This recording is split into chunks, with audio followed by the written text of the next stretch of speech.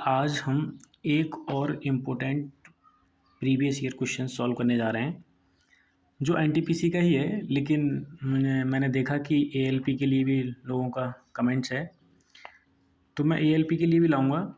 आज हम ये एनटीपीसी का प्रीवियस ईयर सॉल्व करते हैं। देखिए क्वेश्चन नंबर 1 है हमारा, √36.1 बटे 102.4 का मान ज्ञात कीजिए। तो देखिए आप इसको कैसे सॉल्व कर सकते हैं। यहाँ ये लिखा हुआ है 36.1 बटे 102.4। यहाँ दशमलव से दशमलव कैंसिल हो जाएगा। अब आपको यहाँ वर्ग और वर्गमूल, घन, घनमूल ये सब याद होना चाहिए, कम से कम 30 तक वर्ग, 20 तक घन। अब देखिए 361 का वर्गमूल होता है 19, ठीक है। 1024 का वर्गमूल अगर आपको याद नहीं है तो मैं थोड़ा सा बता देता हूँ। वैसे 1024 का वर्गमूल होता है 32। अब देखिए 1024 का अगर आपको वर्ग याद करना है, वर्गमूल, तो 1024 को आपने लिखा, ये आंसर आपका हो गया। यहाँ ऐसा देखना है हमें कि ये कैसी संख्या के वर्ग के लास्ट में 4 आता है। तो 2 का वर्ग 4, और एक आता है आपका ये 8 का वर्ग 64, मतलब 8 के वर्ग के लास्ट में 4 आएगा और एक 2 के वर्ग के लास्ट में 4 आएगा। इन दो अंकों को कैंसिल कर देना है। यहाँ 10 के पास वाला वर्ग देखना है आपको कि कौन सी संख्या का है। तो 3 का वर्ग 9, तो 3 को यहाँ लिख देना है, 3 को यहाँ लिख देना है। अब ये देखना है कि हमें 32 लेना है या 38। तो 10 से पहले 3 का वर्ग 9 और 10 के बाद 4 का वर्ग 16।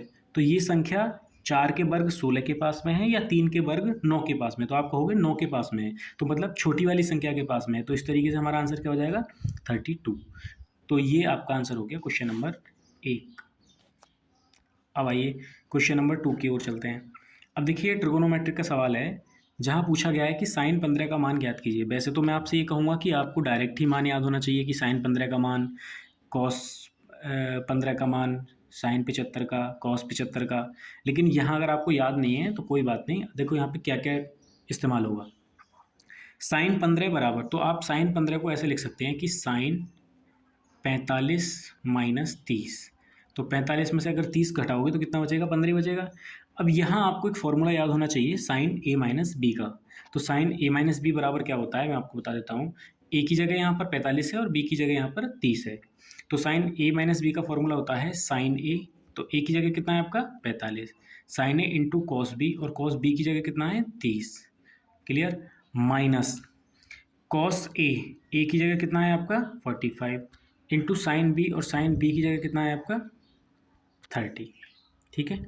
अब इनकी वैल्यू आपको ट्रिगोनोमेट्रिक सारणी के हिसाब से याद होनी चाहिए। वो क्या, साइन 45 का मान होता है 1/√2, कॉस 30 का मान होता है आपका √3/2, माइनस कॉस 45 का मान होता है आपका 1/√2, और साइन 30 का मान होता है आपका 1/2। यहाँ से दोनों में जो एलसीएम आ जाएगा वो आ जाएगा आपका 2/√2।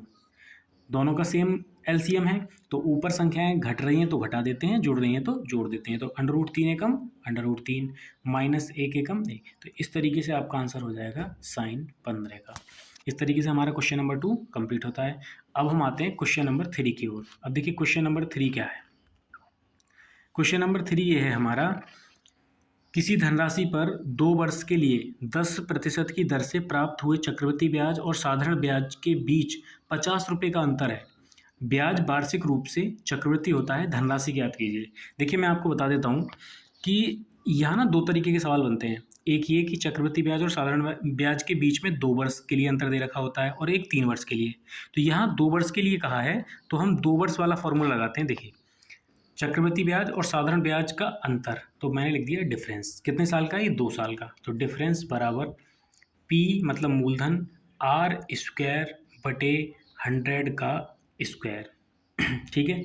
ये हमारा 2 साल के लिए फॉर्मूला होता है। अब डिफरेंस यानी कि अंतर कितना है साधारण ब्याज और चक्रवृद्धि ब्याज के बीच, तो ये है आपका 50 रुपये का। तो 50 रुपये का अंतर बराबर मूलधन आपसे पूछा है कि धनराशि ज्ञात कीजिए, R², दर कितनी है 10, तो ये 10 गुणा 10 बटे 100 का स्क्वायर, तो यानी कि 100 गुणा 100। अभी देखिए 10 गुणा 10 100, 100 से 100 कैंसिल। अब ये 100 की गुणा आप इधर कर देंगे तो ये हो जाएगा आपका P बराबर 50 गुणा 100। देखिए अभी पेन थोड़ा चलाने में थोड़ी प्रॉब्लम है, तो आप लोग थोड़ा सा कंप्रोमाइज़ कर लीजिए। तो ये आपका आंसर आ जाएगा 5000। ठीक है, तो इस तरीके से क्वेश्चन नंबर 3 कंप्लीट हुआ। क्वेश्चन नंबर 4 क्या कहता है, यदि एक परिमेय संख्या का हर 2 की पावर n इंटू 2 की पावर m के रूप में है, जहां n और m गैर ऋणात्मक पूर्णांक हैं, तो संख्या का दशमलव विस्तार क्या होगा। देखिए, वैसे आपको मेरे हिसाब से दशमलव वाली वीडियो देख लेनी चाहिए, क्योंकि दशमलव में बहुत बड़ी डिटेल है, शांत, अशांत, अनावर्ती, शांत। तो इस तरीके से आपको मैं यहाँ बता देता हूँ जो सवाल की रिक्वायरमेंट है, कि यदि एक परिमेय संख्या का हर, तो देखो आपको पता होना चाहिए कि परिमेय संख्या किसे कहते हैं। तो परिमेय संख्या जो होती है हमारी, वो होती है P/Q के रूप की, जहाँ Q का मान 0 के बराबर नहीं होना चाहिए। क्लियर।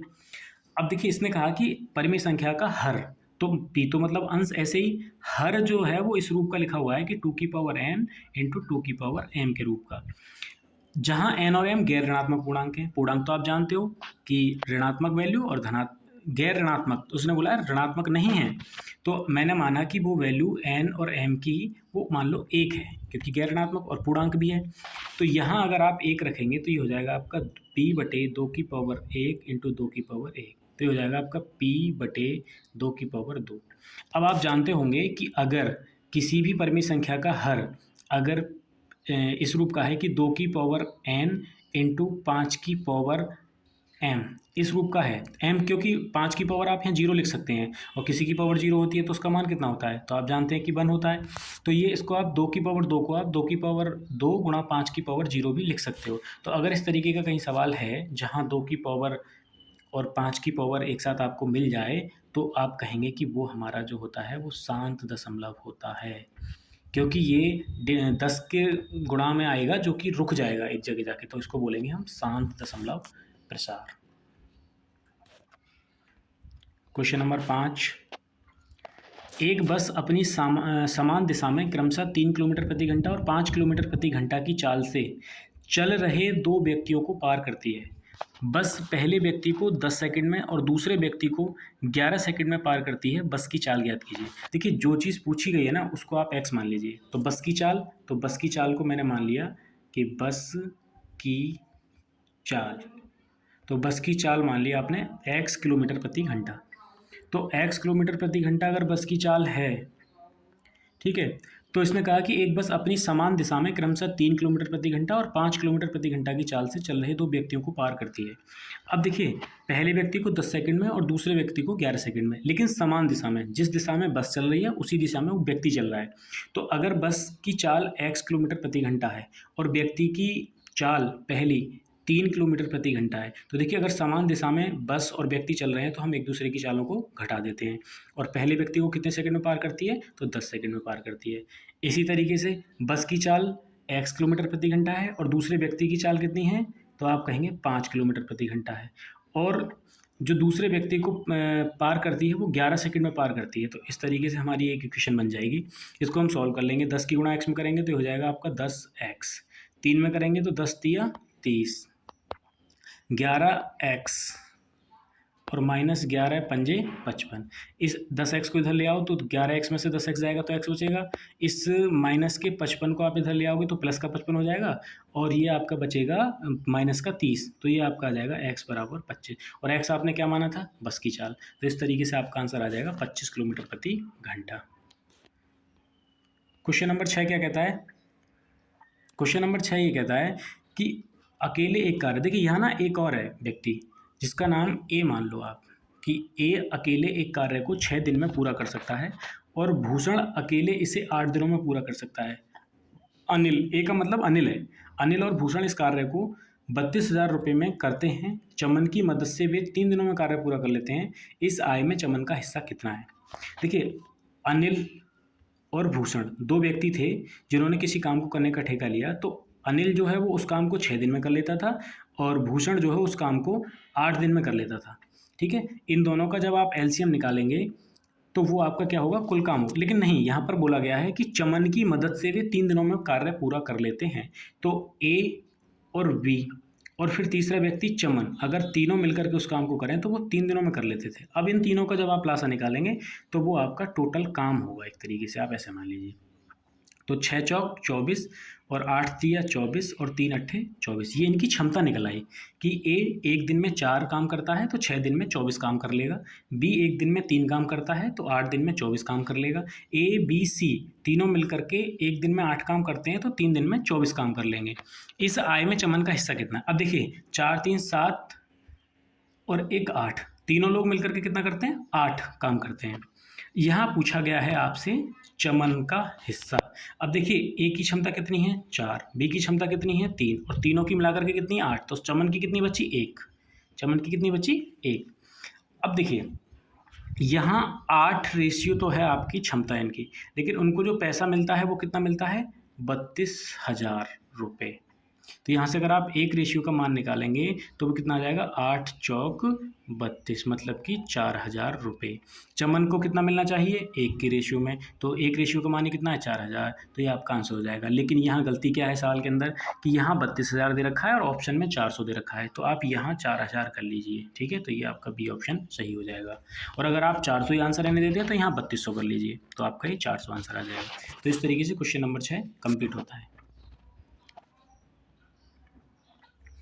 अब देखिए क्वेश्चन नंबर 7 क्या है कि दी गई तालिका में, ये तालिका इस तरीके से यहाँ से दे रखी है आपकी, दी गई तालिका में एक छात्रावास में विभिन्न भाषाएं बोलने वाले छात्रों की संख्या को दर्शाती है।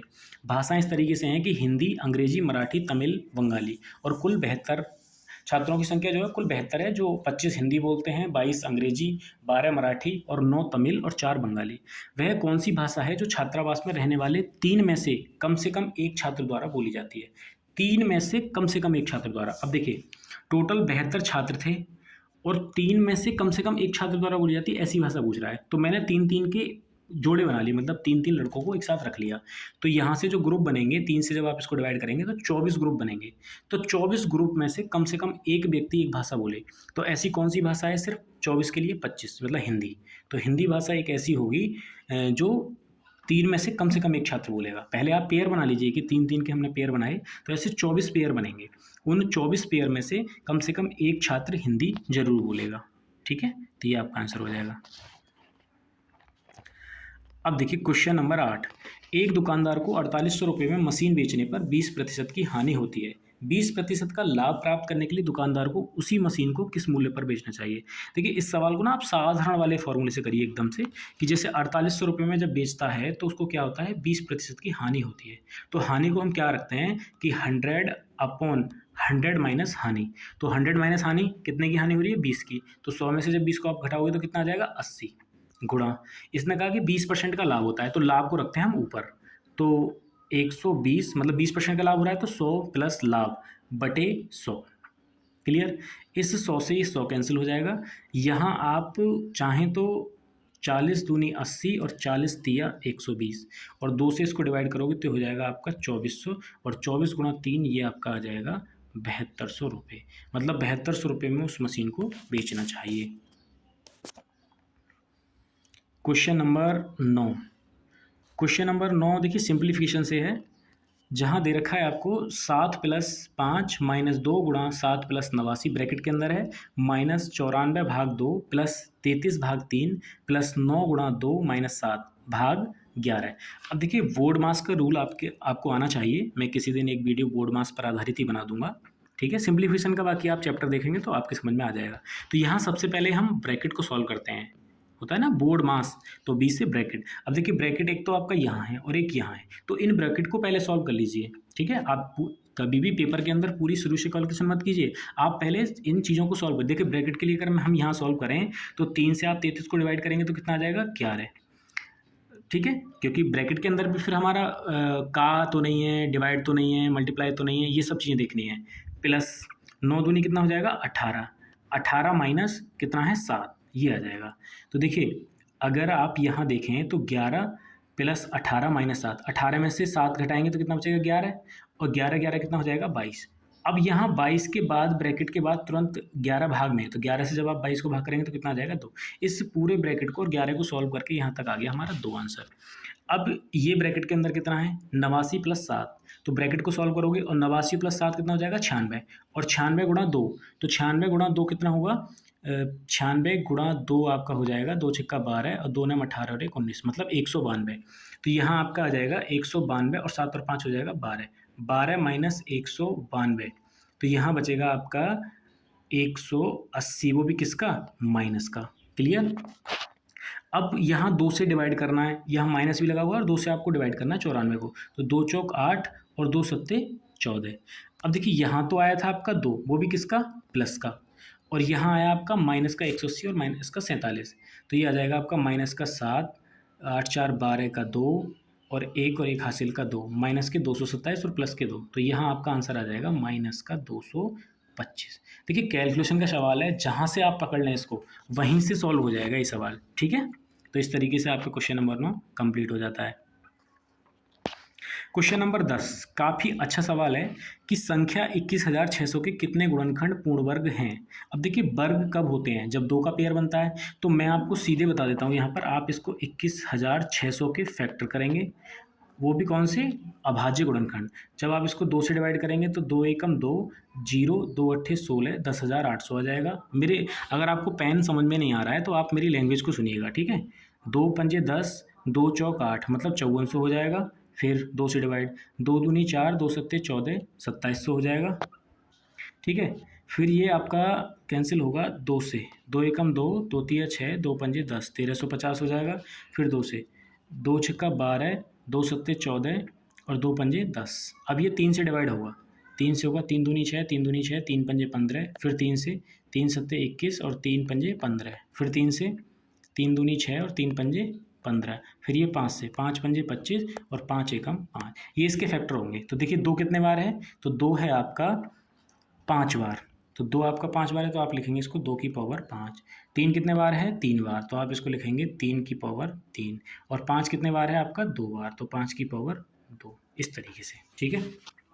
अब देखिए जो घात में है, जैसे 5, 3 और 2, तो आपको जोड़ा बनाने के लिए 2 की ज़रूरत पड़ेगी।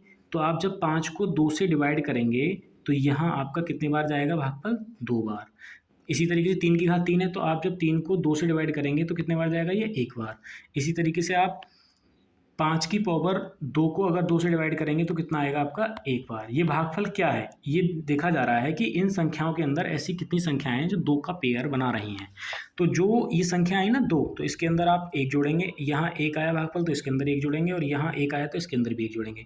1 और 1 कितना हो गया, 2, 1 और 1 कितना हो गया, 2, और 2 और 1 कितना हो गया, 3। इन सब की कर लेंगे आप आपस में गुणा, 3 दूनी 6, दूनी 12, तो इसका मतलब 12 गुणनखंड ऐसे होंगे 21,600 में जो पूर्ण वर्ग होंगे।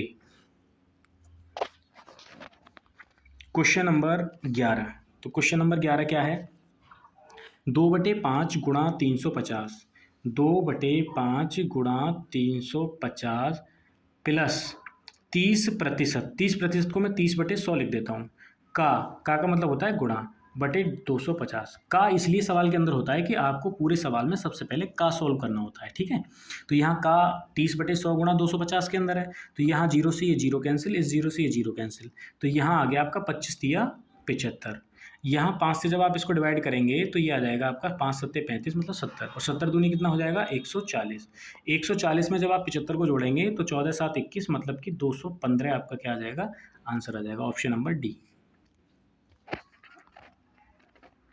अब देखिए क्वेश्चन नंबर 12 क्या है, एक हवाई जहाज 500 यात्रियों को ले जा रहा है, जिनमें से 45% पुरुष और 20% बच्चे हैं। पुरुषों, महिलाओं और बच्चों की संख्या का अनुपात निम्नतम संख्याओं में ज्ञात कीजिए। अब देखिए 500 टोटल यात्री हैं और उन 500 यात्रियों में 45% क्या है, पुरुष, तो 45% इसका निकाल दीजिए आप। तो ये 100 से 5 बार कटेगा 500, और 5 की जब आप गुणा 45 के अंदर करेंगे तो ये हो जाएगा आपका 225। क्लियर। अब 20% बच्चे हैं, ये क्या है आपका मैन।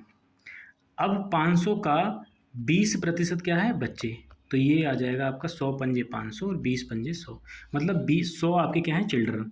अब 500 टोटल यात्री थे, जिनमें से 225 आदमी और 100 बच्चे, तो महिलाएं कितनी बची, तो आप कहेंगे 325 तो ये हो गए, तो मतलब 175 महिलाएं बची, 100 आपके क्या हैं, बच्चे, और ये क्या है आपका 225 आपका पुरुष, मतलब कि मेन। क्लियर। अब देखिए यहाँ पूछा है कि पुरुषों, महिलाओं और बच्चों की संख्या, महिला मतलब पहले है, यहाँ है महिला। तो देखिए 25 से जब आप इसको डिवाइड करेंगे तो 25 निम्मा 225 और 25 सत्ते 175 और 25 चौका 100, 9:7:4 आपका आंसर आ जाएगा। मतलब यहाँ ये भी देखना है कि पुरुष पहले दे रखा है, महिला पहले दे रखी है, बच्चे पहले दे रखे हैं, ठीक है। तो क्वेश्चन नंबर 12 हमारा कंप्लीट हो जाता है। अब देखिए क्वेश्चन नंबर 13, किसी भी बहुभुज के बाह्य कोणों का योग कितना होता है? तो किसी भी बहुभुज के बाह्य कोणों का योगफल 360 डिग्री होता है। तो ये आंसर हो जाएगा आपका। वह छोटी से छोटी संख्या कौन सी है जिसे 12, 21 और 35 से विभाजित करने पर प्रत्येक स्थिति में शेषफल 6 प्राप्त हो? इसका मैं आपको सीधे तरीके बताऊंगा कि आप जो संख्याएं दे रखी ना उनका आप एलसीएम निकाल लीजिए। जैसे 12, 21 और 35, इनका जब आप लासा निकालेंगे तो उस लासा में 6 जोड़ दीजिए, वही आपकी आंसर होगा। तो यहाँ देखिए जैसे आपको ऐसी संख्या दिखाई दे रही है ना जो कॉमन नहीं है, जो मतलब कटेंगी नहीं एक ही संख्या से, तो आप बड़ी से बड़ी संख्या से डिवाइड कर लीजिए इसको। जैसे मैंने कहा आप इसको डिवाइड कर लो 4 से, 4 तिया 12 और ये 21 नहीं कटेगा और ये 35 नहीं कटेगा। उसके बाद में इसको 3 से डिवाइड कर लीजिए, 3 एकम 3, 3 सत्ते 21 और ये 35 भी नहीं कटेगा। उसके बाद इसको 5 से डिवाइड कर लीजिए, 1 भी नहीं, 7 भी नहीं और 5 सत्ते 35, यहाँ 7 आ जाएगा। अब ये 7 से कट जाएगा, 7 एकम 7, 7 एकम 7। एलसीएम में जब तक यहाँ एक एक नहीं आ जाता तब तक हम उसको सॉल्व करते जाते हैं। अब देखिए 4 तिया 12, 12 पंजे 60 और 6 सत्ते 42, 420 इन संख्याओं का लासा आ गया। लेकिन 6 शेषफल बचता है तो 6 को और जोड़ दीजिए, तो ये आपका आ जाएगा 426। That is answer, question number option number D. अब देखिए क्वेश्चन नंबर 15 क्या कहता है? क्वेश्चन नंबर 15 ये कहता है साइन 45 प्लस ए माइनस कॉस 45 माइनस ए का मान ज्ञात कीजिए। तो यहाँ आपको साइन ए प्लस बी का, देखिए 2 बार आ गया इस तरीके का सवाल। साइन 45 प्लस ए, तो यहाँ साइन ए प्लस बी का फॉर्मूला लगा दीजिए। तो साइन ए प्लस बी का फॉर्मूला क्या होता है? साइन ए इंटू कॉस बी, बी की जगह कितना है ए, प्लस कॉस ए मतलब कॉस 45 इंटू साइन ए, तो साइन ए की जगह कितना है ए। यहाँ माइनस है तो माइनस के बाद ब्रैकेट है, फिर कॉस ए माइनस बी का क्या होता है? तो कॉस ए मतलब cos 45 into cos B, cos में क्या होता है? कॉस कॉस चलता है, cos A into cos B, minus वाले में प्लस आता है, साइन ए मतलब साइन 45 इंटू साइन बी, और बी की जगह कितना है ए, ठीक है। अब देखिए साइन 45 का मान होता है 1/√2 और इंटू में क्या है कॉस ए, प्लस कॉस 45 का मान कितना होता है 1/√2 और इंटू में कितना है साइन ए। क्लियर? यहाँ माइनस के अंदर गुणा करेंगे आप तो ये हो जाएगा आपका माइनस कॉस 45 का मान 1/√2 और इंटू कॉस ए। यहाँ कॉस ए माइनस का और ये कॉस ए प्लस का, ये कैंसिल हो जाएंगे। अब इसी तरीके से एक और बचाइए, plus sign 45 into cos A, तो यहाँ भी माइनस की गुणा करेंगे तो हो जाएगा आपका साइन 45 का मान 1/√2 और इंटू हो जाएगा कॉस ए, सॉरी साइन ए, तो ये साइन ए हो जाएगा। तो साइन ए और ये 1/, ये भी कैंसिल हो जाएगा, तो यहाँ बचेगा आपका 0, 0 आंसर आएगा। देखिए पेन में थोड़ी सी प्रॉब्लम हो रही है, आप लोग आवाज़ को सुनना कि क्या बोला जा रहा है, ठीक है। क्वेश्चन नंबर 16 क्या है कि यदि x बराबर 2 और y बराबर 5 है तो 5x बाई और माइनस बाई स्क्वायर का मान ज्ञात कीजिए। तो 5 इंटू एक्स का मान आपको कितना दे रखा है 2 और बाई का मान कितना दे रखा है 5, माइनस बाई स्क्वायर मतलब 5 का स्क्वायर, तो 5 दूनी 10 और 10 पंजे 50, माइनस 5 का वर्ग कितना होता है 25 और 50 में से 25 जाएगा तो कितना बचेगा 25, ये आपका आंसर हो जाएगा। अब देखिए सवाल सरल होते हैं लेकिन लैंग्वेज बना देते हैं। संख्याओं 3.03 और 2.05 के योग, तो योग कर लीजिए आप, 5 और 2 7, 0 और 3 और 2 5, और इनके अंतर को जोड़ने पर, किन के अंतर को, ये जो दे रखा है 3.02 और 2.05, ठीक है, 3.03 है भाई, यहाँ पर ये 8 हो जाएगा और यहाँ भी ये 3 है। अब यहाँ इसको घटाना है आपको, यहाँ प्लस लेना था योग और यहाँ अंतर लेना था, तो 13 में से 5 जाएगा तो कितना बचेगा 8, यहाँ 9 बचा, 9 में से 0 जाएगा तो 9 दशमलव, और 2 में से 2 जाएगा तो 0। अब इसने कहा है कि अंतर को जोड़ने पर, इन दोनों को जोड़ने पर, मतलब इसको और इसको जोड़ने पर प्राप्त संख्या क्या होगी। तो देखिए 8 और 8 16 का 6 हासिल 1, 9 और 1 हासिल का 10 का 0 हासिल 1, 5 ये है और 1 हासिल वाला 6, मतलब 6.06 आपका आंसर हो जाएगा। अब देखिए सवाल, एक बारंबारता बंटन में एक कक्षा का मध्यमान, मध्यमान तो आप जानते हो कि सबसे बड़ी संख्या और सबसे छोटी संख्या को जोड़ के उनका आधा कर देना। और इसका विस्तार 6 है, मतलब इसकी रेंज दे रखी है। रेंज क्या होती है? सबसे बड़ी संख्या में से सबसे छोटी संख्या को घटा करके रेंज आती है। कक्षा की निम्नतर सीमा ज्ञात कीजिए। अब देखिए, सबसे बड़ी सीमा को मैंने मान लिया m, ठीक है, प्लस सबसे छोटी सीमा को, निम्नतम सीमा को मैंने मान लिया l। तो इसने कहा कि इनका जो माध्यमान है, तो माध्यमान का मतलब आधा, बराबर कितना दे रखा है? 12। तो यहाँ से आपकी एक समीकरण बनेगी m प्लस एल बराबर 12 दूनी 24। एक समीकरण ये आ जाएगी आपकी। उसके बाद उसने कहा कि और इसका विस्तार 6 है। तो विस्तार का मतलब होता है निम्न उच्चतम सीमा माइनस निम्नतम सीमा बराबर 6। यहाँ से समीकरण बन गई आपकी। आप जानते होंगे विलोपन विधि से, आप चाहो तो उसको एक बार जोड़ने पर एल से एल कैंसिल हो जाएगा तो 2m का मान आ जाएगा, फिर एक बार घटाने पर। तो मेरा आपको सीधा बताने का उद्देश्य ये है कि अगर आपको यहाँ m का मान निकालना है तो आप 24 और 6 को जोड़ के आधा कर दो। अगर आपको यहाँ l का मान निकालना है, क्योंकि निम्नतर सीमा पूछा है, तो आप इन दोनों का अंतर करके, मतलब 24 माइनस 6 बटे 2, इनका आधा कर दीजिए। तो 24 माइनस 6 मतलब 18, और 18 को 2 से डिवाइड करोगे तो कितना आ जाएगा? 9। तो इस तरीके से आपकी निम्नतम सीमा आ जाएगी।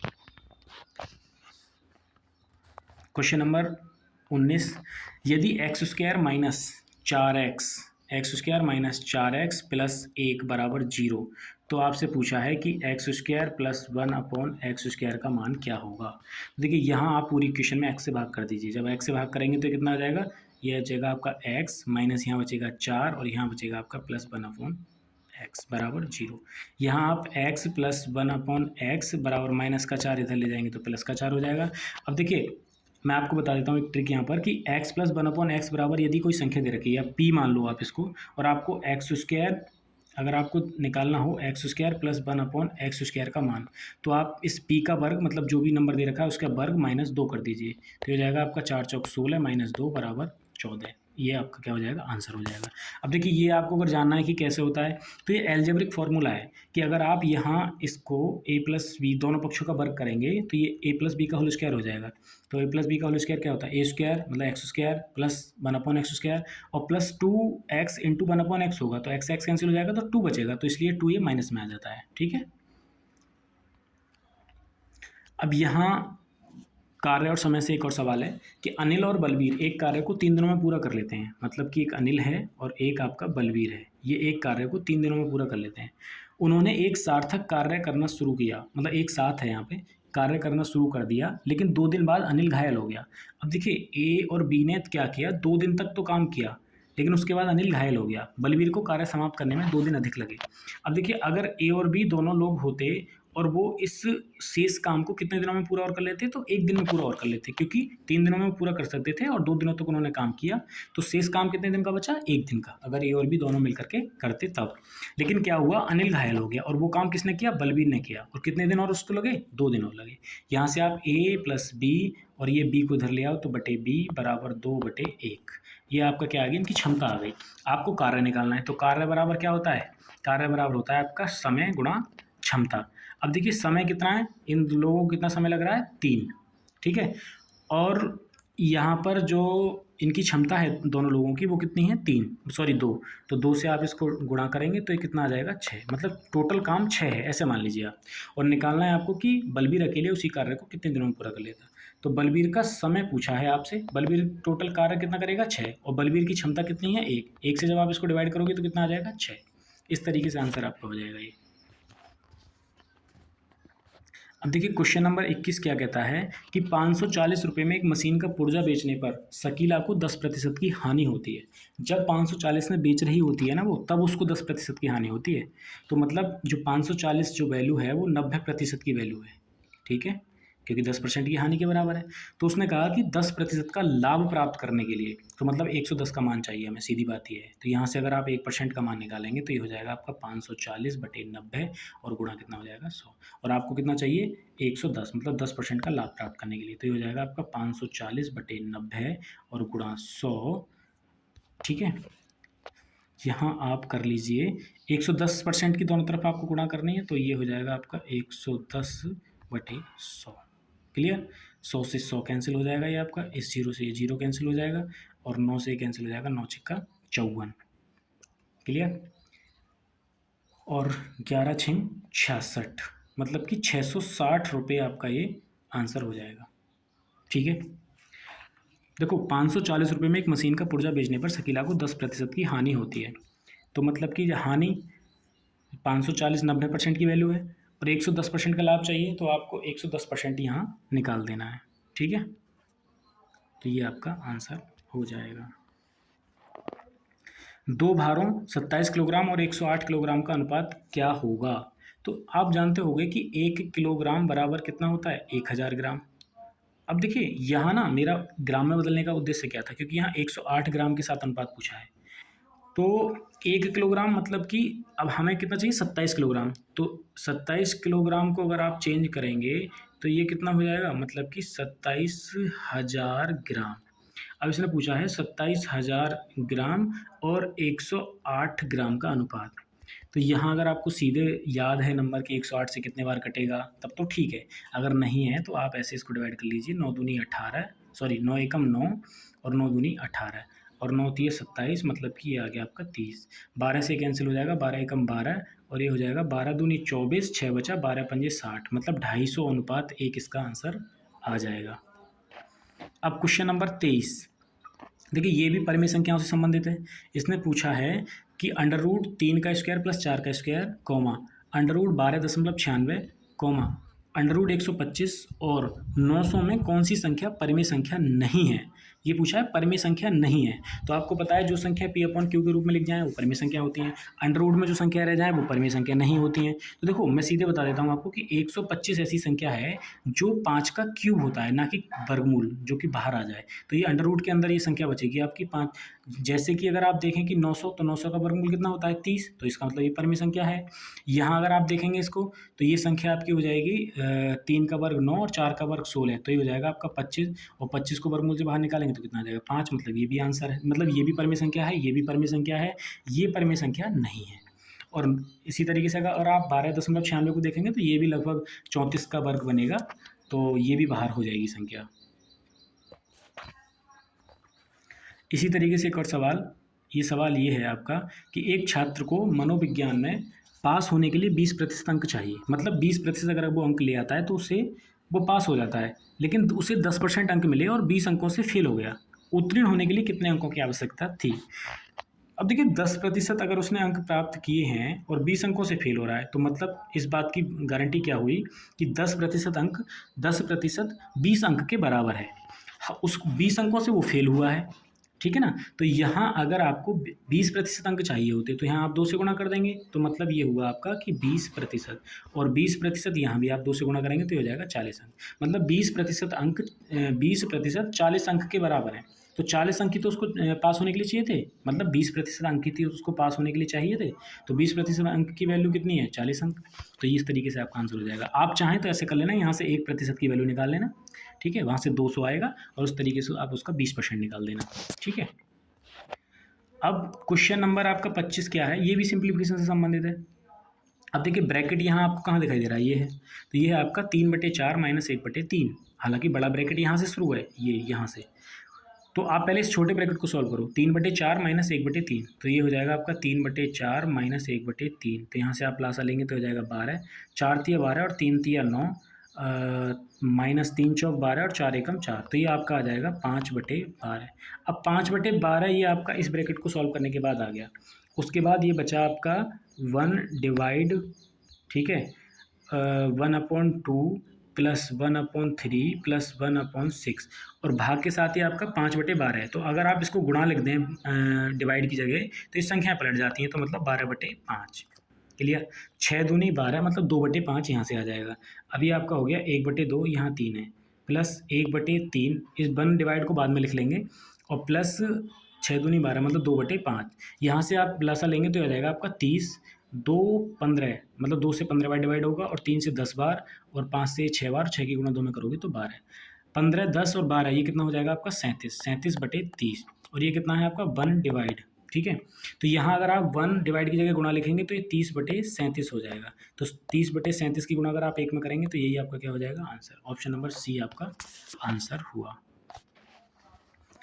क्वेश्चन नंबर 26 क्या है? क्वेश्चन नंबर 26 ये है कि एक परिवार द्वारा उपभोग की जाने वाली किराए की वस्तु के मूल्य में 25% की वृद्धि होती है, तो उसकी खपत में कितने प्रतिशत की कमी होनी चाहिए ताकि इस मद पर व्यय को अपरिवर्तित रखा जा सके? कहने का मतलब ये बड़ा सरल सवाल है कि अगर 25% की वृद्धि, तो 25% को आप भिन्न के रूप में बदल लीजिए, तो 25 एकम 25 और 25 चौका 100, मतलब 4 रुपये से 1 की वृद्धि होकर के उसमें कितनी हो रही है? 5 रुपये हो रही है। तो इसने कहा है कि उसकी जो खपत है वो कमी होनी चाहिए, इस मद को परिवर्तित रखा जा सके। तो देखिए 5 से 1 की कमी करनी है हमें, किससे? 5 से, और गुणा 100, तो 5 से इसको डिवाइड करेंगे तो कितना हो जाएगा? 20%, मतलब 20% की खपत कम होनी चाहिए जिससे उसका व्यय जो है वो अपरिवर्तित रह सके। इसी तरीके से क्वेश्चन नंबर 27 क्या है? किसी विद्यालय में लड़कों और लड़कियों की संख्या का अनुपात 5:7 है, मतलब बॉयज़ जो हैं वो 5 हैं, तो मैंने मान लिया इसको 5x, और लड़कियां जो हैं वो कितनी हैं? 7, तो मतलब इसको मान लिया 7x, क्योंकि अनुपात की वैल्यू को आप हमेशा कोफिशिएंट के साथ मानेंगे। सत्र के दौरान 8 और लड़कों का दाखिला हो गया। बॉयज़ कितने माने आपने? 5x, तो इसमें 8 और लड़कों का दाखिला हो गया। उसके बाद लड़कियों और लड़कों की संख्या का नया अनुपात 1:1 हो गया। क्लियर? तो आरंभ में लड़कों की संख्या और लड़कियों की संख्या के बीच अंतर, तो 5 और 7, मतलब 5x और 7x है, तो अंतर आपको चाहिए तो किसका मान चाहिए आपको? 2x का। तो यहाँ से अगर आपने x की वैल्यू निकाल दी और यहाँ रख दी तो ये आपका क्या हो जाएगा? आंसर हो जाएगा। तो 1 की गुणा इधर करेंगे तो आप ये कितना हो जाएगा? 5x + 8, और 7x की गुणा इधर करेंगे तो ये जाएगा 7x। 5x को इधर ले जाएंगे तो कितना हो जाएगा? 2x, और 2x बराबर कितना हो जाएगा? 8। अगर आप चाहें 2x का मान आपको निकालना है तो यही आपका क्या हो जाएगा? आंसर। अगर आप चाहें x का मान निकालना है तो 2 से आप इसको डिवाइड कर दें, तब यहाँ रख दें, तब भी आपका आंसर कितना आएगा? 8 ही आएगा। इसी तरीके से क्वेश्चन नंबर 28 क्या है?